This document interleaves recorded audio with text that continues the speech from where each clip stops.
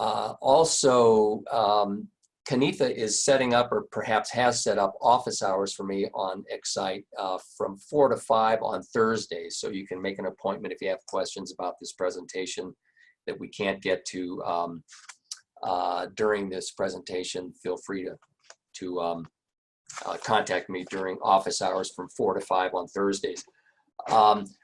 Just a couple words about this presentation. It's not so much about how to get your company ready for venture financing or how to talk to a VC or an investor. There have actually been a couple of great presentations already, Excite workshops devoted to that already. This workshop takes you kind of the next step. We're going to assume that you've got an offer, actually 3 offers from investors, or proposals from investors to invest in your company. And why do I say 3? Because we're going to talk about 3 different investment instruments: convertible notes, safes, and KISSes. So we're going to get into the weeds a little bit to compare these. They have a lot in common, but there are some things that you should know that you can that you'll need to take back to your team. Some of this material may be familiar to you, and if so, hopefully it'll be a good refresher. And if I go too fast again, just interrupt me with a chat question. So let me go to the next slide if I can. There we go. Again, we're going to be talking about convertible promissory notes, SAFEs, which is the acronym for a simple agreement for future equity, and KISSes, an acronym for keep it simple security. We're going to briefly talk about Series C preferred stock. Series A, I'm going to assume for purposes of this presentation that a Series A is the company's next round of financing after the one that we're talking about here, either a note or a SAFE or a KISS. Common stock, of course, is what the founders and the employees get when they start the company and when they earn when they get their options. There are a lot of good materials on the web that talk about these stages of investing. And if you look at enough of these, you're going to get confused as to some of the vocabulary. What's seed, what's pre-seed, what's angel.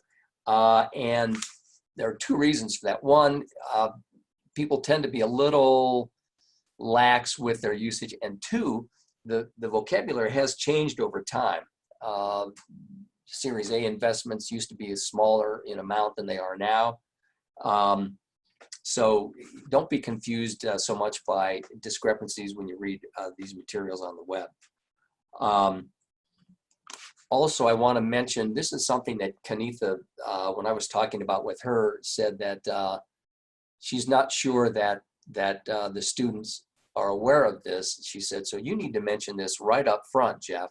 And that is that all of these securities, or all of these instruments here, are securities, which means that they are heavily, heavily regulated by state and federal laws governing the issuance of securities. And look, to go into that in any detail would take days. So I'm just going to boil it down to 2 things that you as a founder need to be aware of and keep your focus on. One is that whenever a company or whenever anybody sells a security, that must be either registered, which we're not going to go into, or it needs to be exempt from registration. And fortunately, there are a lot of neat exemptions from the registration requirements, but you need to jump through hoops. And the hoops it's a different set of hoops for different exemptions. So talk to a securities lawyer to make sure that you're not running afoul of any of the registration requirements. Because if you do and you don't jump through the right hoops, your investor can come back and demand their money back and can get it under the laws. The second bucket of information that I want you to be aware of is the disclosure requirement. The securities laws are made for the protection of investors. It's not a buyer beware situation. The burden is on the company to provide the investor with the information that the investor needs in order to make an informed investment decision. So that means you've got to explain your business and disclose everything about it, including the principles, your history, just a lot of things to the investor. Or again, the investor could come knocking on the door saying, hey, you didn't tell me this, I want my money back. Or worse, a regulator can come knocking on your door. So with that, now that the scary bad stuff is out of the way, that again, Kanitha wanted me to mention right off the bat, let's get into the good news here. And that's the advantages of convertible notes, safes, and KISSes. And I guess I would summarize them by saying they're fairly straightforward, fairly simple documents, fairly simple. You don't even need term sheets. If you go to the websites where these documents are found, you won't see term sheets because the idea is that documents themselves are so simple and easy to fund. They don't take a lot of negotiation. There are only a few points to be negotiated. We'll get into those. The main advantage is that you do not have to get into the discussion with your investor about how much your company is worth, what the value is. That can be a time-consuming and sometimes contentious negotiation. And we'll get into that in a little bit, the valuation issue.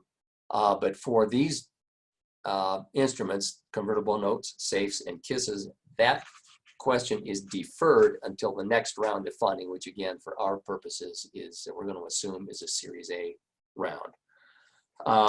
So let's set up the hypothetical scenario here for your company. We'll call it Startup Co. It's a Delaware corporation. Doesn't have to be, but there are advantages to setting up a Delaware corporation. I did a venture funding for a company for one of our clients. A little bit ago. I think it was about a $30 million deal. The company was a Colorado corporation. We reincorporated into Delaware. We just did a reorganization. It was fairly straightforward. And in the meantime, there are some advantages, some cost savings that you can realize by setting up your corporation in Colorado. So your company, for our purposes, is a Delaware corporation. Your company might have a minimum viable product. It might even be into a prototype or beta stage. You may have revenue, although if all you have is a minimum viable product, you probably don't have revenue. Although I've worked with companies that are still working on their product, they have revenue from consulting services. So, and that consulting revenue kind of keeps the lights on. And your company is seeking what we're going to call a seed investment, or really these days, under the current nomenclature, it's probably a pre-seed investment. $250,000 is all we need. Let's say you need to pay the developers to finish the development of your software, maybe add somebody to the team, although you probably have your team built out for our purposes here. And again, let's say that you're fortunate enough that you have three proposals from three different investors, one for a convertible note, one for a safe, and one for a KISS. Now, one of the basic first questions, and actually we've already posed this question, the question that you guys have is, from the founder's point of view, how much of the company are we going to sell to get that $250,000 investment in? From the investor's point of view, it's a pricing question. What's the price that I'm paying for each share of stock that I'm buying? In other words, what will my $250,000 buy? You're both kind of asking the same question from a different point of view, but it comes down to what is the value of the company? And in particular, what's the pre-money valuation, i.e. what's the money before the investor writes the check for $250,000 to your company. Now, valuation, I've looked at a number of business plans. I've coached a lot of people on their presentations, and I've been surprised at the number of people who get valuation math incorrect. So I'm going to do a little sidebar here and go through just the basics of valuation. If you're already aware of these sort of rules, I apologize, but hopefully it's a good refresher for you. If it's new, then this is probably important math to know. The basic, and these are simple rules, the most simple of them being what we call pre-money valuation, i.e. the value of the company before the investor puts the money in, plus the investor's money equals the post-money valuation. That's simple. Let's say my company's worth $500,000 pre-money.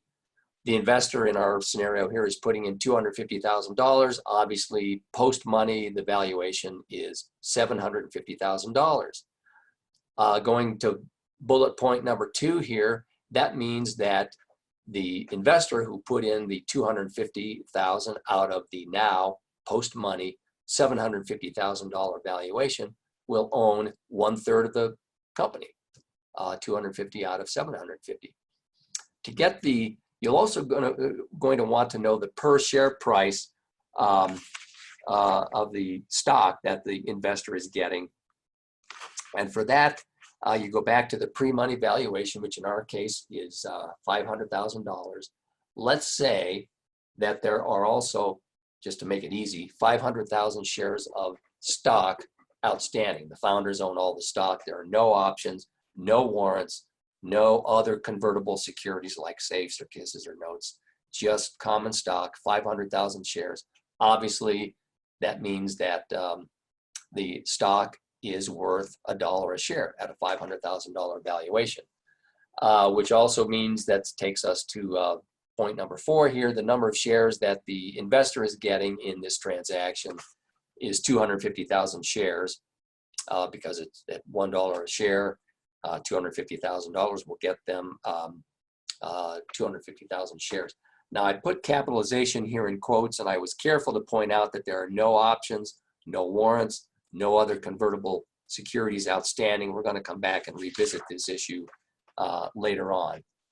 Now, at the risk of beating this valuation dead horse a little bit more, I do want to bring up one sort of fine point. It is, you don't see this come up as an issue so much anymore because people are clear in their understandings. Let's say that there's a hypothetical investment of $2 million based on a valuation of $8 million. Well, the question is that $8 million a pre-money valuation or a post-money valuation, and why does it matter? And the answer is it matters. Let's say that the investment proposal is, again, for $2 million based on a pre-money valuation of $8 million. Obviously, the post-money valuation is $10 million, and the investor is going to get $2 million out of $10 million, or 20% of the company post-investment. Now, if the proposal assumes a valuation of $8 million post-money, that means the pre-money valuation is $6 million, and the $2 million investment is going to get 25% of the company post-investment. I've seen this come up when the founder goes back to the team and the team has a misunderstanding and they thought, well, geez, we thought the valuation meant this, but it really meant that. So you need to be aware of these the terminology. Most investment documents now and most discussions are really clear about this. So you're probably not going to have this sort of a confusion with certainly with your investor, and hopefully not with your team. So back to the issue at hand, which is these convertible instruments that we're talking about. Again, they defer the valuation question and, of course, the number of shares of stock to be issued to the investor until the completion of a, quote, qualified financing or an equity financing. We'll get to these terms later. But what that basically means is the next capital raising transaction that involves the issuance of preferred stock at a fixed price, or at a fixed valuation, I'm sorry, which is what we call a priced round. And that just goes back to what we've said, you defer the valuation question until the next preferred stock financing round. And again, that means the dollars that the investor put into the company are converted into shares of preferred stock of the same type that are issued in the next financing at the same per share price as the price paid by the investors in that next round. Now you'll see I put that at the same per share price as the price paid by the investors in the next round in italics for a reason. We'll get to that in a few more slides. A couple of the other features of these convertible securities financings are, and actually this is where I'm going to take up the language that you saw, at the same price per share as the per share price paid by investors in the next round. So here's the scenario. Let's say that one of your proposals comes from a rich relative. Let's say you've got a rich aunt. We'll call her Aunt Oprah. Aunt Oprah is ready to write the check for $250,000, and she's thinking, you know what? I'm an early stage investor. I'm taking a bigger risk than these Series A investors who are coming down the road a couple years from now, we hope.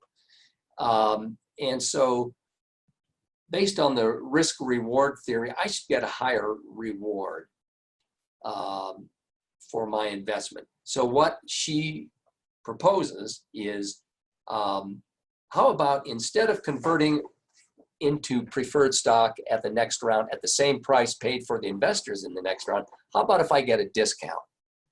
And that feature has been baked into most convertible notes that you see these days, although I got to tell you, convertible notes have kind of fallen out of favor. They've been replaced to a great extent by safes and to some extent by KISSes, but safes these days are the more popular financing vehicle.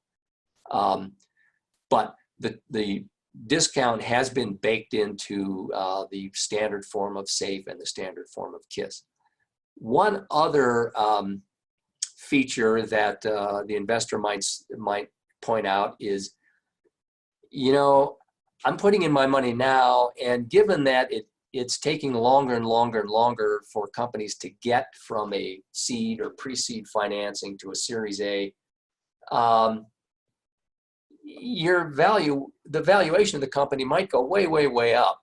And let's say the company has a valuation of $10 million at the time it does its Series A financing. My little $250,000 investment is not going to be worth much. So what the investor will negotiate for, and again, this is baked into the safe and into the KISS, that investor will say, look, even though you might raise your Series A at a $10 million valuation, I want to cap the valuation. In other words, I want to pretend that the valuation at the time you do that deal is, say, only $5 million. And so my conversion into preferred stock will be based on a $5 million valuation, which if you think about it, that's effectively a 50% discount, right? Now, you're probably wondering, okay, well, does the investor get the benefit of both the discount and the valuation cap? And the answer is no.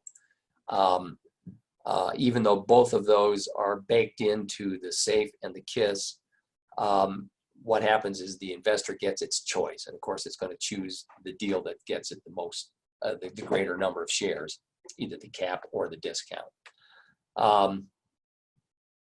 So with that, those are the common features of these convertible instruments. So with that, let's move into Oh, I'm sorry, I skipped some of the other common features.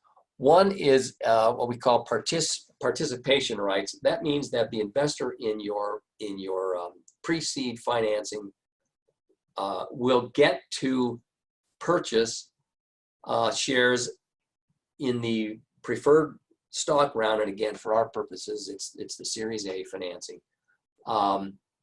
at the same price as the investors in that round are paying. There's no discount there, but it gives the pre-seed investors the chance to make another investment in the company at the time it does its Series A financing. And I got to tell you, the VCs are not always fond of this because they want to commit a certain amount of money for a certain number of shares. They don't want necessarily for other investors to be coming in to purchase that stock. So if you're having discussions with investors, get that out and kind of feel them out for what their thoughts are on that. Another feature that you commonly see is what we call a most favored nation clause. Let me give you an example of that. Let's say that you've negotiated a discount with your, let's say, your Aunt Oprah for a 10% discount from the preferred stock price when the company does its Series A financing. And let's say that 6 weeks from now, 6 months from now, you do another SAFE or convertible preferred note, and that deal has a 20% discount. This most favored nation clause works this way. It will sort of redo the deal that you did with your prior investor, so that the prior investor gets the same deal that the later investor got. In other words, the more favorable conversion rate. Most of these have some kind of acquisition premium. What does that mean? It means that if my company is acquired before we do the Series A deal, and that happens a lot with tech companies, you'll see what we call acqui-hire acquisitions. In other words, a larger company will acquire a smaller company just so that it can hire all of the techies, the engineers, and so forth in the startup company. So these seed investment vehicles often have a premium payable to the investor in the event that the company is acquired before the company ever does its Series A.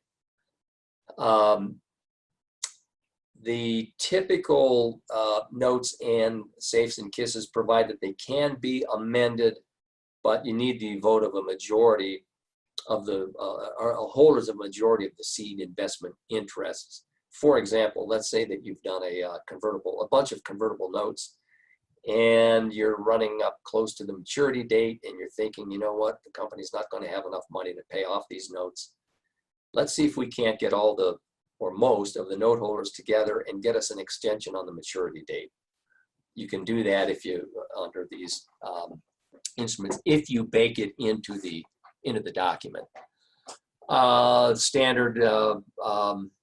Another standard feature is representations and warranties. These are representations that you make about the company. They're fairly straightforward. There are a couple that one or two that I want to bring to your attention that can be problematic. So with those out of the way, I'll spend a little bit of time with convertible notes. And again, it's I don't want to spend a whole lot of time with them because, again, they've kind of been replaced by safes these days. And back in the old days, they didn't have a lot of the features that you see in safes and kisses these days, like discounts and valuation caps.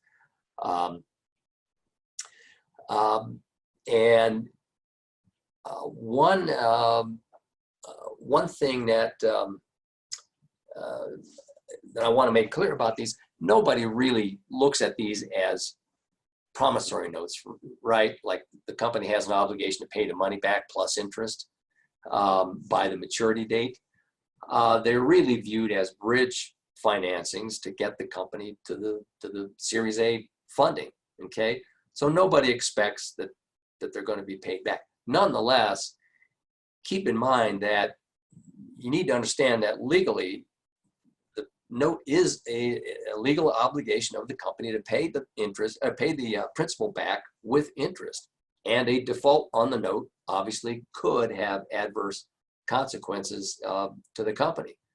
And I've seen, on occasion, not so much these days, but I have seen promissory notes that are secured by the company's assets. In fact, we represented an investor in one of these deals. The investor knew a lot of entrepreneur types, knew a lot of techie types, and wanted the note to be secured by the company's assets, meaning that if the company defaulted on the note and couldn't pay it, the investor wanted the right to foreclose and obtain all the assets of the company and really form a new company, get a new team in there, and try and salvage the investment.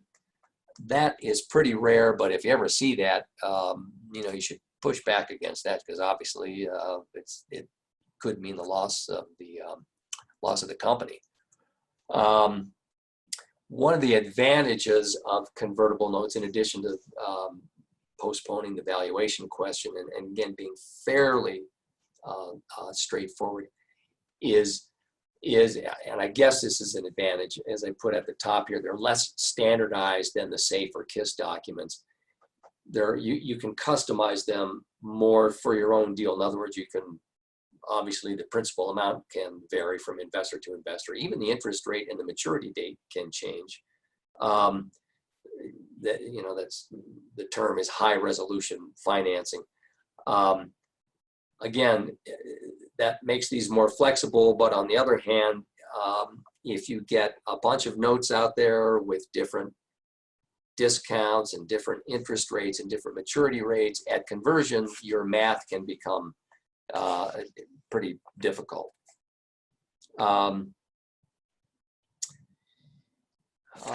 Let's see, that's about all I want to say about convertible notes. Again, they're just not used that much. So let me move into the safes. The SAFE was introduced about 7 years ago by Y Combinator. It's a startup accelerator, and they have a fund. It's Northern California. The pre-money SAFE was what was first introduced. I'm not going to go into the difference between the pre-money SAFE and the post-money SAFE, other than just a couple points that I'll make. One of the, I kind of alluded earlier to the fact that it's taking longer and longer for companies to get to the Series A stage these days, and one of the consequences of that is a company may do 2 or 3 or maybe even more seed rounds before all of these convertible instruments convert to Series A financing. And so it became difficult, if not impossible, to build your capitalization table. You really didn't know what the founders were going to end up with after all these seed convertible securities converted at the time of the Series A. And sometimes that led to disappointments. So Y Combinator introduced a post-money SAFE in 2018 that allows the founders to get a better handle on how much of the company they're going to own and what the capitalization table will look like if it does, more than one round of convertible securities. I will tell you this other point. Since the post-money SAFE was introduced, there's been a lot of pushback, primarily from founders. They've said, and I think rightfully so, I've done some of the math, it's hairy math, but one of the consequences is it hurts them on the capitalization table. They end up with less of the company in general than they would under a pre-money SAFE. And again, I won't go into that, but you can look at the language differences between those. A couple of other brief points I want to make about the SAFE, and this is true of the SAFE and one of the KISSes. There's no maturity. I'm sorry. This is unique to the SAFE. There's no maturity date. It's not ever due. There's no obligation. There's no interest rate. It's really, again, it's a convertible security. It's kind of like equity, kind of, but it doesn't have all of the benefits of an equity investment of stock. There are 4 types of safes that Y Combinator has come up with. One you can just read them here. One has a valuation cap with no discount. Another has a discount with no valuation. One has a valuation cap and a discount. That's the one we're going to focus a little bit more on here. The 4th has no valuation cap and no discount, but it has a most favored nation clause. Now you're probably asking, if you remember back to my discussion of most favored nation, that comes up in the context of the company having had issued a note or a previous safe or a KISS with a, let's say, with a discount, and then issues one later with a better discount for the new investor. Well, the safe, if there's no valuation cap and no discount, how can there be such a thing as a most favored nation? And the answer is the safe investor who invests in a safe with no cap and no discount gets to look at the new, I think it's called, we'll get to it later, a subsequent investment or something like that, a subsequent something or other, and gets to review it. And if the investor, the safe investor, likes that, the terms of that deal better than it likes the terms of the safe it invested in, it can get the benefit of that later investment. There's a pro rata side letter that used to be baked into the pre-money, the pre-money safe. It's not baked in anymore. It's only certain investors who get that, and we'll get to that in a little bit. So all of the elements, or all of the scenarios I'm going to cover here for convertible notes, safes, and KISSes really revolve around 3 things that could happen to the company. One, it goes ahead and does the Series A preferred. Everybody's happy. The safe converts. The company raises a round in its Series A funding. 2, we talked about this a little bit. What happens in the event that the company is acquired, or does a merger, or does an IPO before it ever raises a Series A round? It's unlikely that it would ever go public before doing a Series A round, but it could be acquired before it gets to the point of raising a Series A round. The 3rd event is the unhappy event. The company is unsuccessful. It fails. It folds up its tent and dissolves prior to ever getting to the Series A financing, and the safe covers that. I want to talk briefly about the representations and warranties, just to bring up a couple points. These I've kind of regurgitated from the standard form of safe. I've outlined in red here the security stuff already. I've scared everybody with that talk that Kanitha wanted me to give. The other thing I want to point out, just to kind of park away as a takeaway, is that the company is not infringing on the intellectual property rights of any other company or any other owner of intellectual property rights. Like, it's not infringing on anyone's patents, trademarks, copyrights. That is a difficult representation to make, because you never know until some patent holder comes out of the woodwork and sends you a letter that says, hey, we think you are using a patent, you are infringing on a patent that we have. And you never know that until, again, after the fact. So I would resist making just a flat out representation that your company is not infringing on the intellectual property rights of anyone else.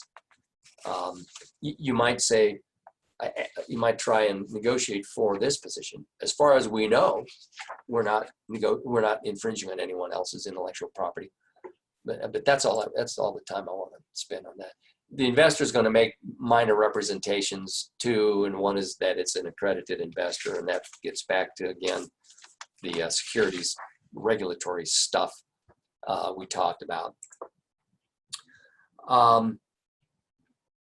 Again, going back to some of the standard features, the SAFE can be amended if the SAFE investor who you're doing this deal with and a majority interest of other SAFEs agree to it. Again, the investor is not a shareholder, but if the company pays dividends to its investors, i.e. common stockholders or other stockholders, no, I'm sorry, if it's common stockholders, if the company pays a dividend on its common stock, the investor in the SAFE will get to participate in that. And I don't know the answer to this. If you guys, if anyone out there is an accounting guru, you let me know how the heck that is booked on the company's balance sheet. The investor is not an equity holder, but if the company pays a dividend on its equity, the SAFE investor gets to participate. I don't know how the accountants view that.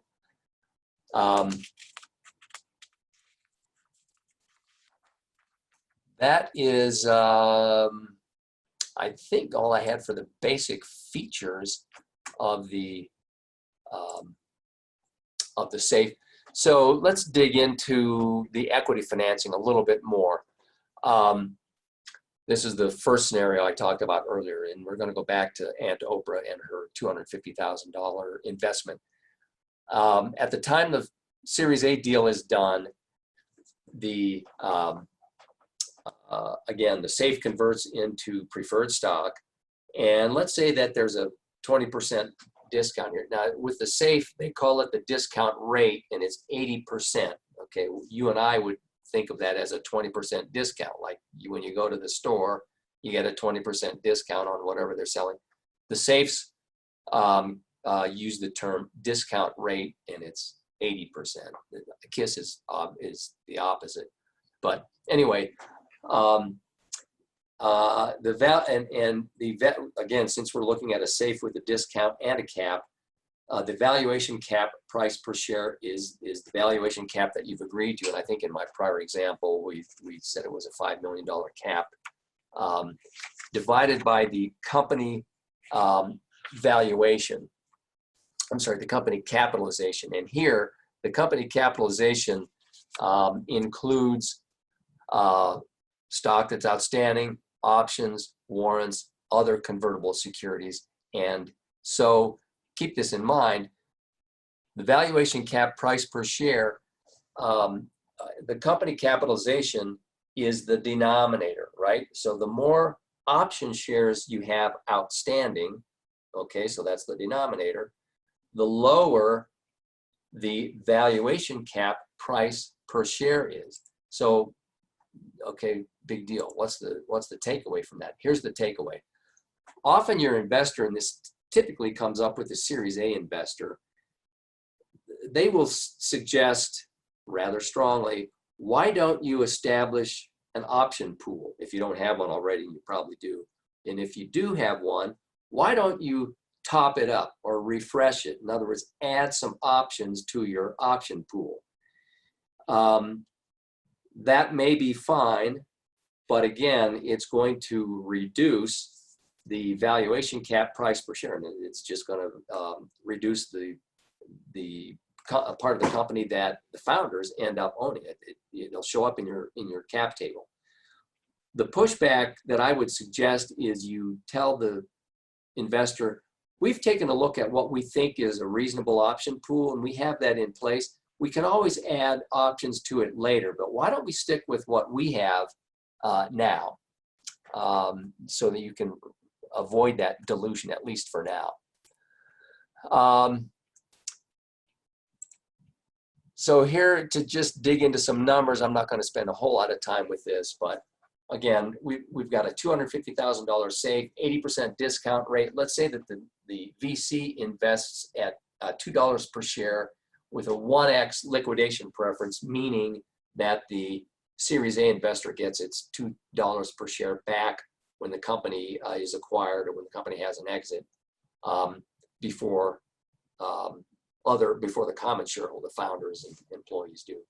So obviously at $2 a share, each $250,000 invested by the VC gets 125,000 shares of Series A stock. The SAFE, though, because it has a discount rate, converts at $1.60 a share, in other words, 80% of the $2. And so the SAFE investor gets 156,250 shares. So it gets more shares than the VC. Now, that's okay because, look, that's what your investor negotiated for, and that's baked into the SAFE. But there is, when it comes time to liquidate,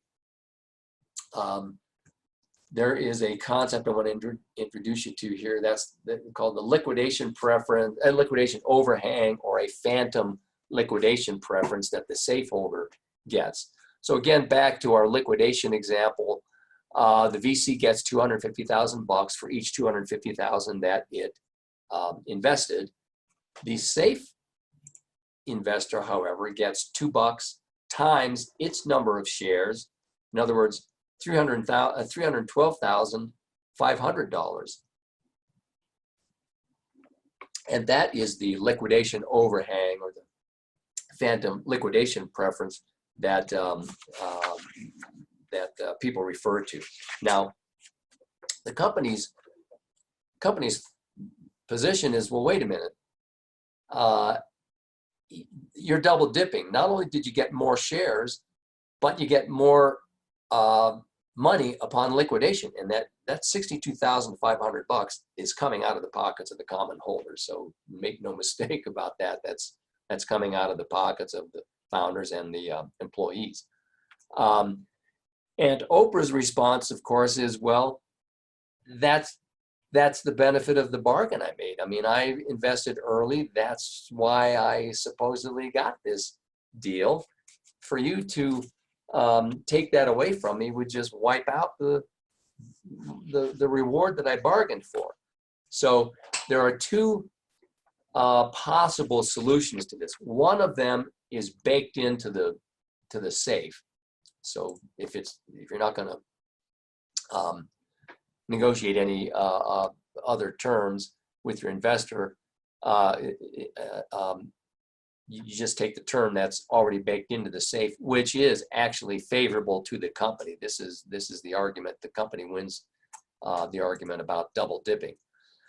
Instead of converting the SAFE into the actual identical Series A preferred that the investor, that the VC gets, the investor in the SAFE gets what we call shadow preferred, or Series A1 stock.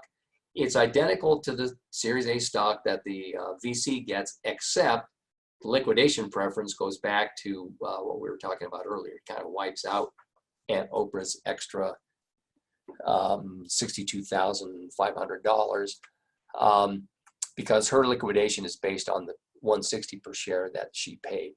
One other solution that you sometimes see is that the company will agree to issue the extra overhang shares, the 31,250 shares, in the form of common stock to the SAFE investor, rather than the full 156,250 shares in preferred stock.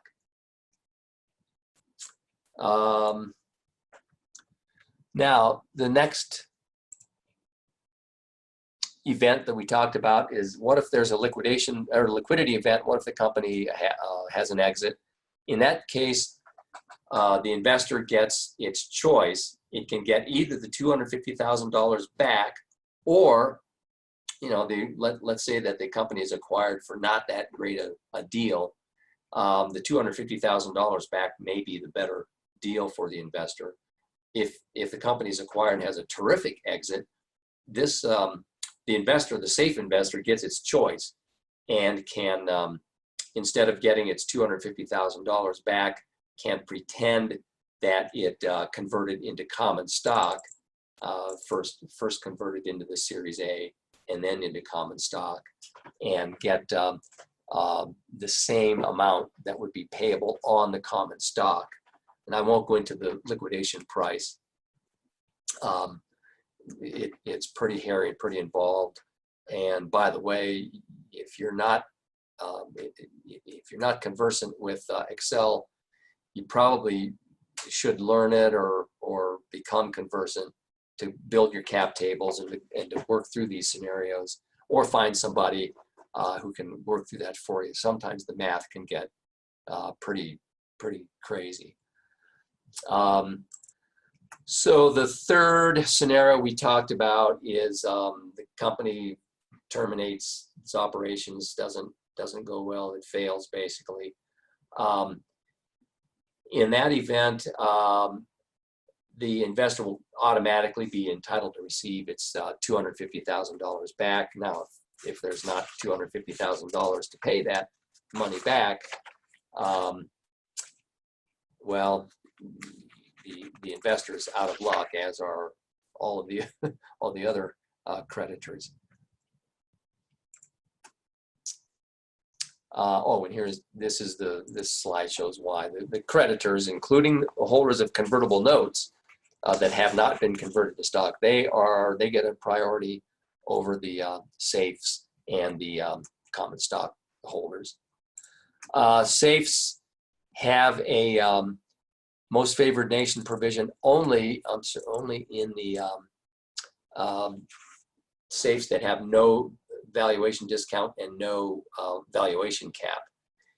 So if, as I mentioned earlier, and I won't belabor this, if the company issues subsequent convertible securities prior to the issuance of the Series A and the conversion of the safe, the safe investor can exchange its safe for the subsequent convertible security. And for some reason, I regurgitated the language from the safe in here. We don't need to belabor that language. I mentioned earlier that there's a pro rata side letter associated with the safe. It used to be baked into the pre-money safe.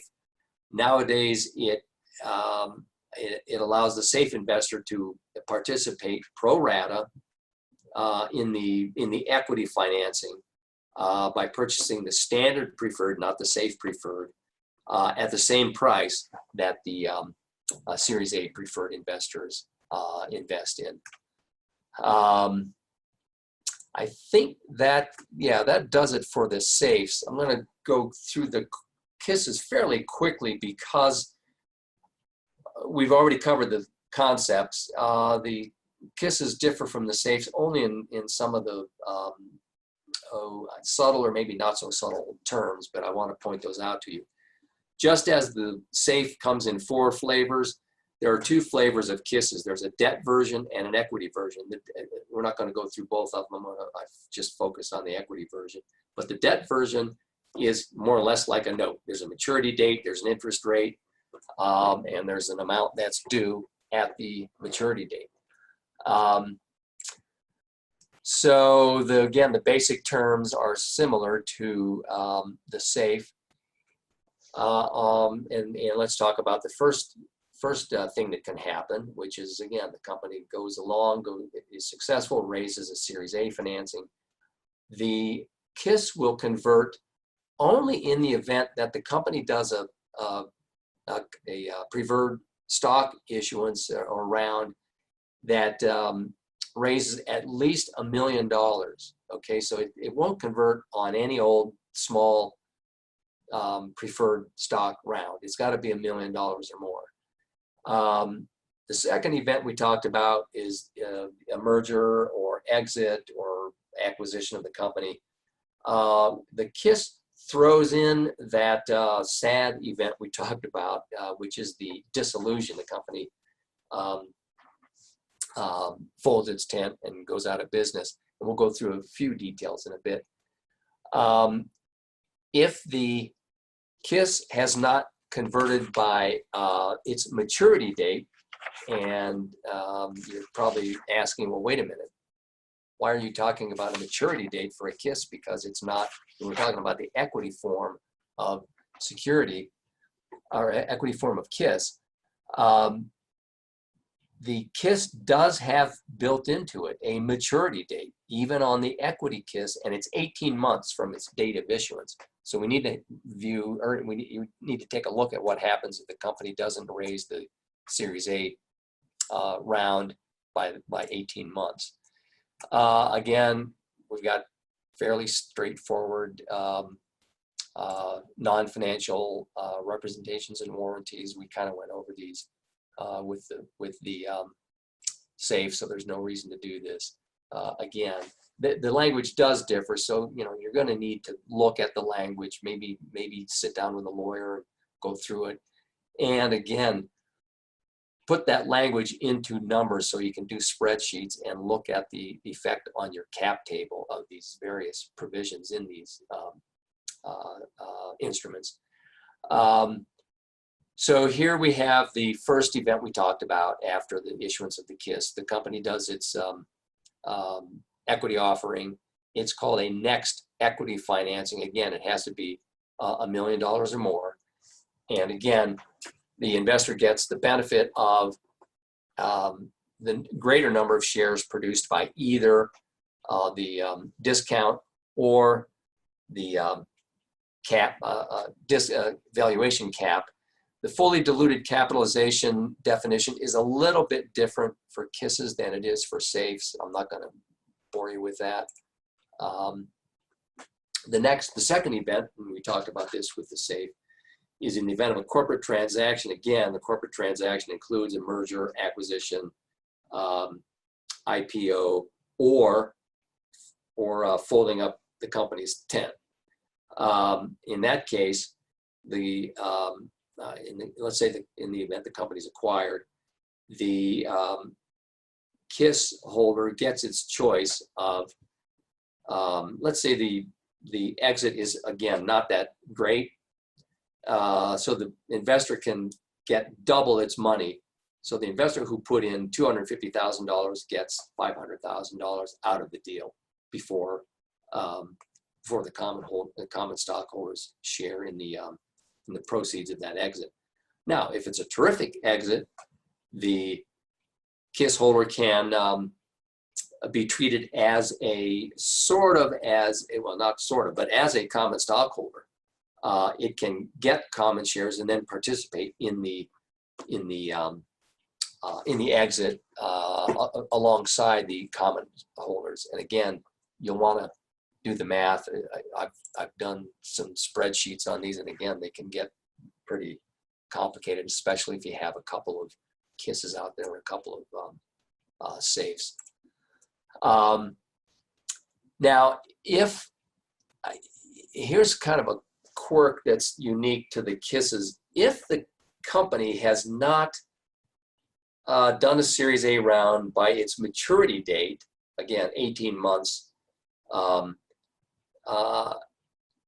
what happens is if a majority of the holders of the KISSes elect to do so, the KISSes will convert to a Series Seed preferred. And you may remember way back when I was going through these pre-seed or seed round of funding documents, I said we're not going to talk about Series Seed until almost the end. Here's what can happen. The investors who own a majority of the KISSes can vote to convert all the KISSes to Series Seed preferred stock, and the number of shares of Series Seed that they get is the investment, in this case, the $250,000 paid by Aunt Oprah, divided by the valuation over the fully diluted capitalization,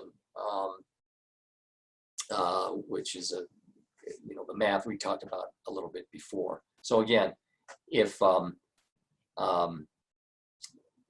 the company hasn't done a deal by the maturity date, now the KISS holders can elect to hold on. Maybe they think that there is a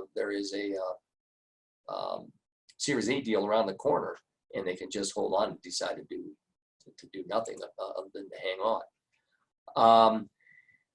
A couple of other features of KISSes that are different from the safes. They do have most favored nation rights. That applies across the board to both KISSes.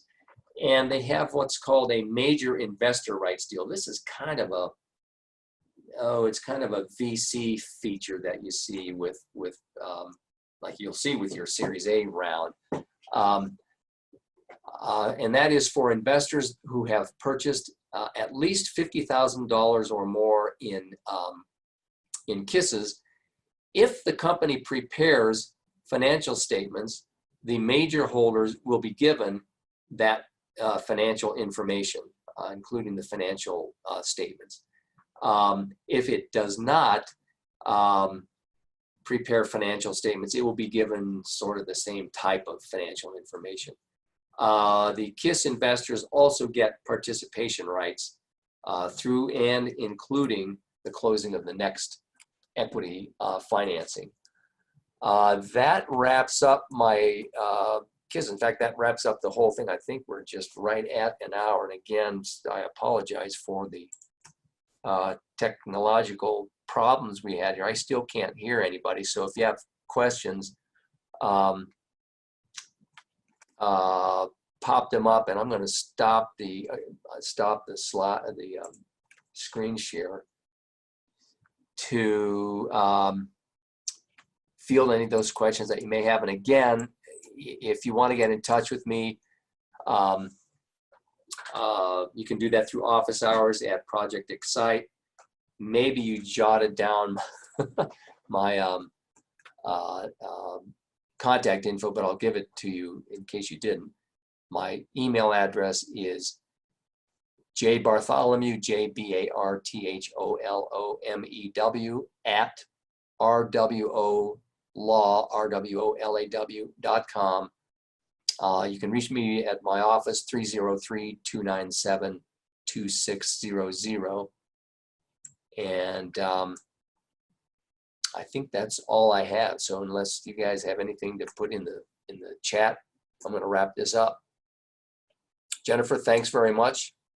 Appreciate it.